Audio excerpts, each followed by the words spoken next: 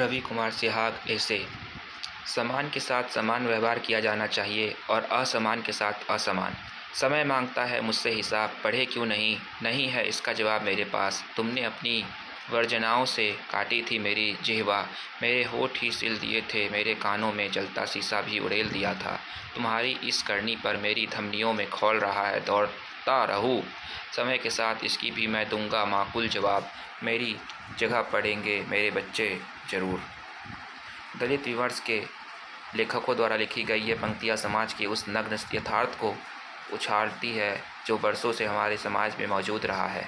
अपने आसपास के परिवेश पर नज़र डालने पर हम पाते हैं कि सरकारी नौकरी के स्तर पर विभिन्न श्रेणियों में आरक्षण का प्रावधान है। स्थानीय निकायों के चुनाव में महिलाओं व अन्य श्रेणियों को न्यूनतम 1/3 आरक्षण रूपी वरीयता दी जाती है। बसों ट्रेनों में कुछ सीटें महिला, वृद्धों, विकलांगों के लिए आरक्षित रहती है। आम बोलचाल की भाषा में महिलाओं को तरजीह देने के लिए लेडीज़ फर्स्ट जैसे मुहावरे प्रचलित हैं। क्यों दान सिर्फ गरीबों को दिया जाता है, अमीरों को नहीं? क्या उपयुक्त सारे मामले समानता के अधिकार का उल्लंघन नहीं है? क्या समानता जैसी मूल्य भी पूर्णतः निरपेक्ष या अपवाद रहित नहीं होते? इस प्रकार के अपवादों का औचित्य क्या है और साथ ही इनका समाज पर क्या प्रभाव पड़ता है? इन सभी सवालों के जवाब माकूल विश्लेषण द्वारा ही दिए जा सकते हैं। दरअसल निबंध की विषय वस्तु में समानता के जिस मूल्य की बात की जा रही है उसका विकास आधुनिक युग में हुआ है।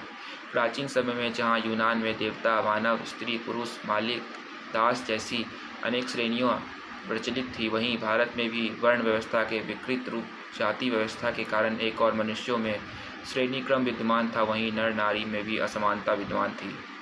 यह व्यवस्था प्राचीन से मध्यकालीन सामंती समाज में द्रौपदी के चीर की भांति बढ़ती रही, किंतु आधुनिक युग में जॉन लॉक, पैंथम जैसे उपभोगितावादी विचारकों, कार्ल मार्क्स जैसे विचारकों ने समानता पर विचार किया, तो वहीं फ्रांसीसी अमेरिकी क्रांतियाँ भी इसी मूल्य हेतु पूर्ण हुई। आगे चलकर डाइसी ने विधि के शासन की संकल्पना दी, जिसके अंतर्गत प्रत्येक व्यक्ति के लिए एक समान व्यवहार की परिकल्पना की गई। यही व्यवस्था अमेरिकी दर्शन विधि द्वारा स्थापित प्रक्रिया के साथ कानून के समक्ष समता, इक्वलिटी बिफोर लॉ के बजाय कानून द्वारा संरक्षित समता, इक्वलिटी प्रोटेक्टेड बाय लॉ जैसे विचार उद्धृत हुए।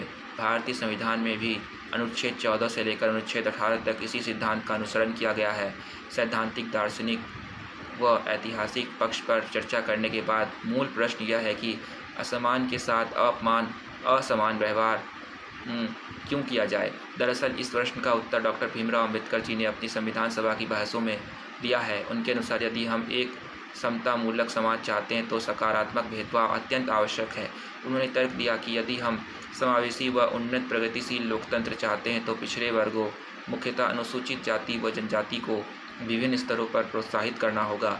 उनके अनुसार चूँकि उनके साथ इतिहास में विभिन्न स्तरों पर भेदभाव रहा है, अतः इसकी पूर्ति के लिए ऐसा व्यवहार आवश्यक है। दूसरे स्तर पर उन्होंने कहा है कि इतने समय के इतिहास में समस्त राजनीतिक, प्रशासनिक, सामाजिक, शैक्षणिक संस्थाएं भी उच्च वर्गों के पक्ष में स्थापित हो जाती हैं। इन संस्थाओं में असमान या निम्न वर्ग के प्रति पूर्वाग्रह भी विद्यमान हो सकते हैं। अतः निम्न या पिछड़े वर्गों का विकास तभी होगा जब वे राजनीतिक भागीदारी करें या नीति निर्माण में सहयोग करें।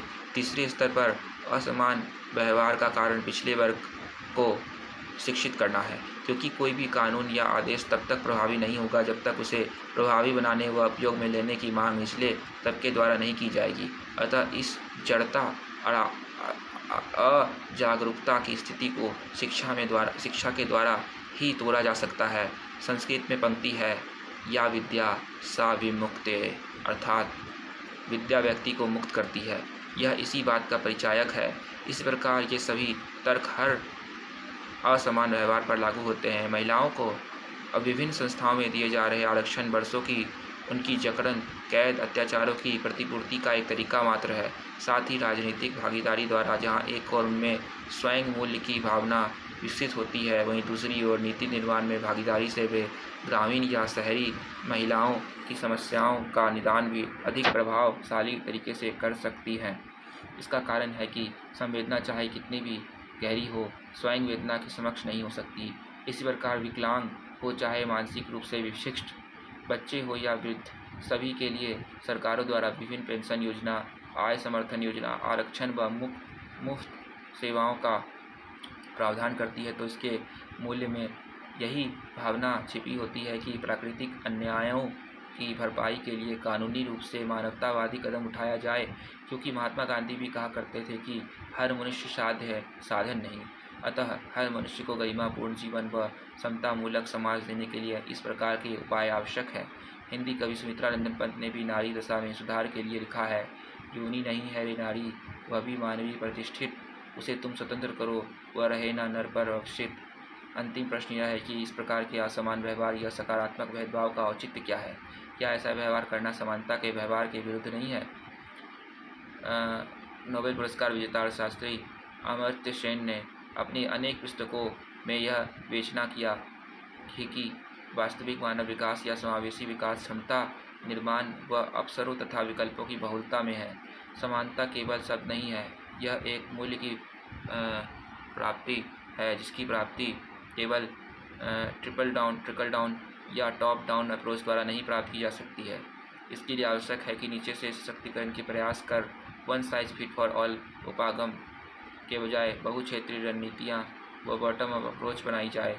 आज के समय में जितनी भी समस्याएं हैं, चाहे वो आतंकवाद की समस्या हो या नस्लवाद की, आर्थिक असमानता के कारण असंतोष हो या नृजातीय संघर्षों की, सभी समस्याओं का एक ही कारण है, सापेक्षिक वचन, रिलेटिव डिप्रीवेशन की भावना। इसका तात्पर्य है कि एक समुदाय द्वारा दूसरे समुदायों की तुलना में स्वयं को वंचना की स्थिति में समझना।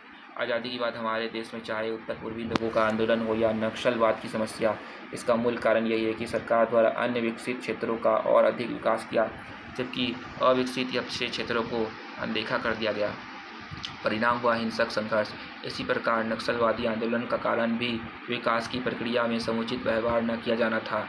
इसी प्रकार महिला जागरूकता आंदोलन, पर्वतीय क्षेत्रों के प्रवाह, पर्यावरणीय आंदोलन हो या नए राज्य की मांग, गोरखालैंड आदि, सभी का प्रमुख कारण समानता के मूल्य की उचित तरीके से स्थापना न कर पाना है। कई आलोचकों ने व विश्लेषकों द्वारा परिकल्पना भी की जाती है कि यदि अम्बेडकर जी नहीं होते तो नक्सलवाद आंदोलन की तीव्रता बहुत अधिक होती व संपूर्ण देश आज गृहयुद्ध का दंश झेल रहा होता।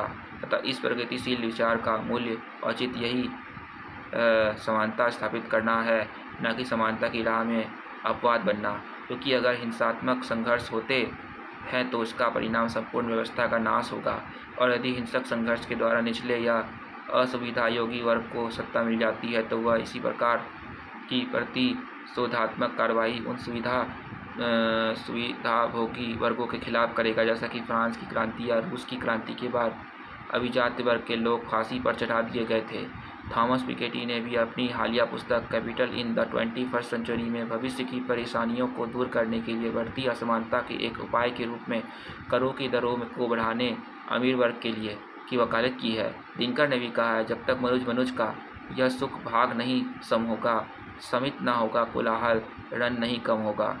इस प्रकार आज के समय में जहाँ एक और सतत विकास लक्ष्यों की प्राप्ति के प्रयास किए जा रहे हैं, तो इन सभी लक्ष्यों में एक चीज़ साझी है, वह है समता व समावेशन। यदि इस समावेशी विकास का स्वप्न मूर्त रूप से पूरा होने की इच्छा रखती है तो पिछड़े सीमांत व हाशिए पर स्थित लोगों को मुख्यधारा में लाना होगा। उनके लिए विशेष उपाय सृजित करने होंगे। बहु मॉडल जैसे गांधी जी का ट्रस्टीशिप सिद्धांत व अंत्योदय से सर्वोदय सिद्धांत, अमर्त्य सेन का क्षमता दृष्टिकोण, महबूबुल हक का अवसर व विकल्प बहुलता अपागम, जॉन रॉल्स का न्याय सिद्धांत आदि का समुचित संश्लेषित व विवेकपूर्ण उपयोग कर ही हमारे विश्व को एक और तो विकास के पथ पर हम अग्रसर कर पाएंगे, वहीं दूसरी ओर आज के विश्व के सम्मुख मुंह बाएं खड़ी बाधाओं को पार करने के उपाय भी हमें प्राप्त होंगे, क्योंकि हिंदी के प्रसिद्ध कवि दिनकर ने वास्तविक शांति की स्थिति को समता की स्थिति ही कहा है। शांति नहीं जब तक मनुज को सब सम हो, न ही किसी को बहुत अधिक हो, न ही किसी को बहुत कम हो। धन्यवाद।